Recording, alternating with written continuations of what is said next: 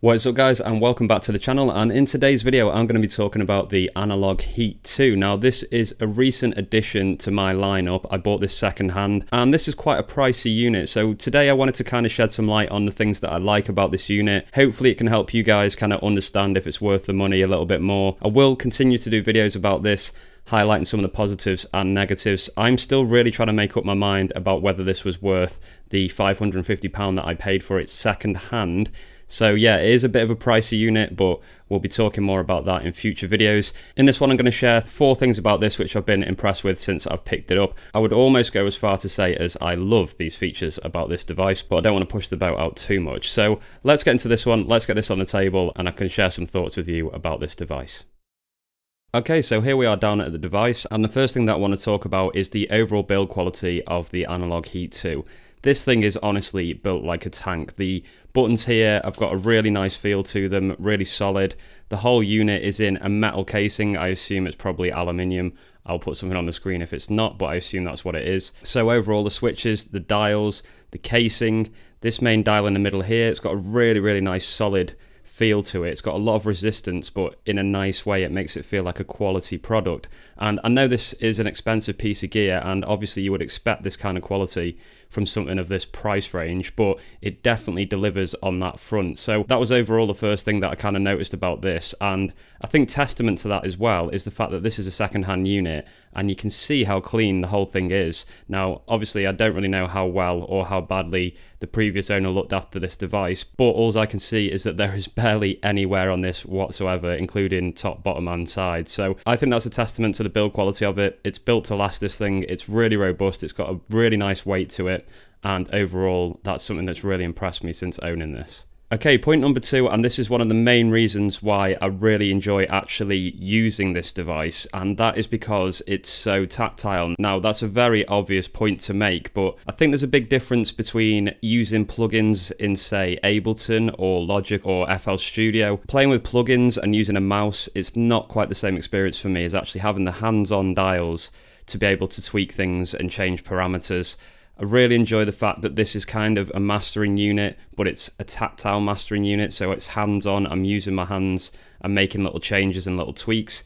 Obviously, coming from a hardware background, I really enjoy using hardware, so this to me is absolutely amazing. Now, you can get controllers and things like that for Ableton, etc., MIDI controllers, but I think because of the quality as well, which I mentioned in the first point, this is just a really pleasant place to have tactile mastering options. So that's another massive tick in the box for this one. I really enjoy how everything feels.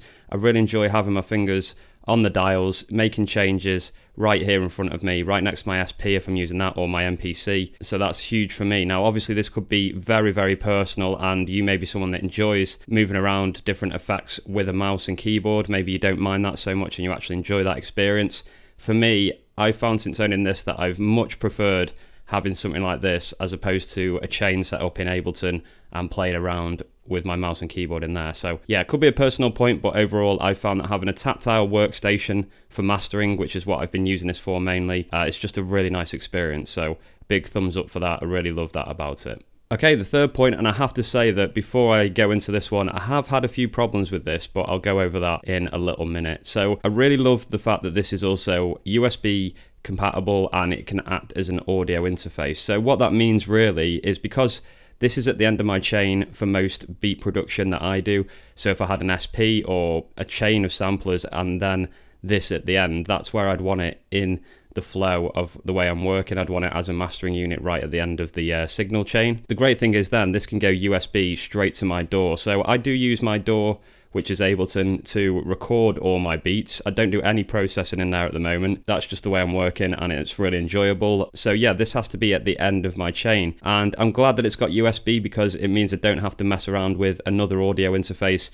connecting this up and going into it. I can just go directly via USB, choose that as an import on Ableton, and I'm good to go. Now, one thing that I do want to point out is I have been having some issues with digital feedback with this device, and I can't seem to get my buffering rates, etc. bang on so that this behaves itself properly. If you've got any tips, please leave it in the comments below. I may dive into the manual and have a little look and see if there's any settings that I can do. But yeah, I know I'll be able to get it working at some point, so I'm not too worried about that. But just the fact that it has USB connectivity to be able to do that, to be able to record out through it, is really, really nice. We can be as analog as we want about things and hardware based as we want, but at some point those files are going to have to become digital if we want to share them on Instagram, on SoundCloud, on Spotify.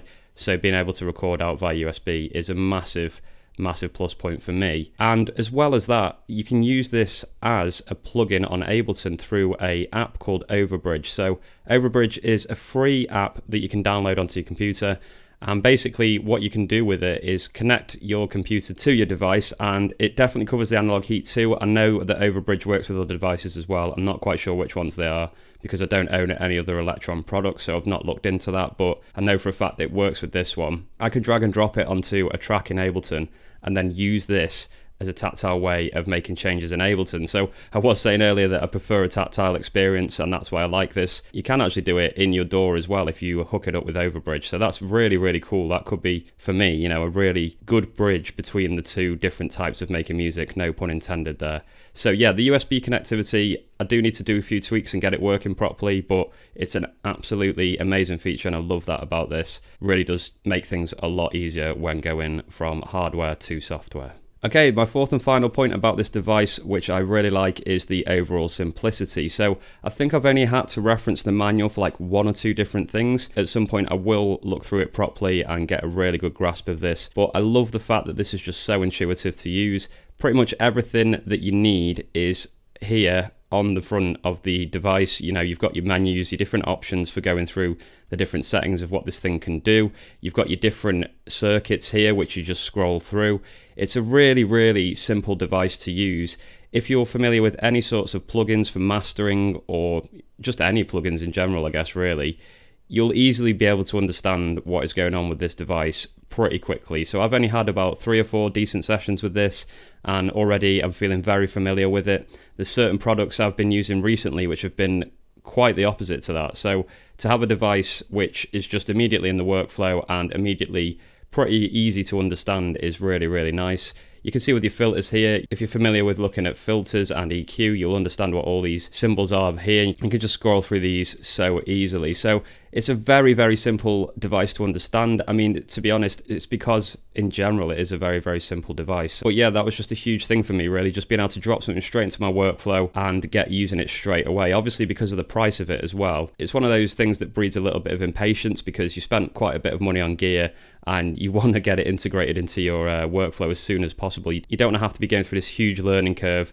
to get using that money that you've spent. So I was really impressed with the device for that. It just seemed to make sense straight away out of the box. All the dials, all the settings and everything, it was really easy to find my way around. Probably because it's quite a simple device, but it was still nice that it was easy for me to pick up.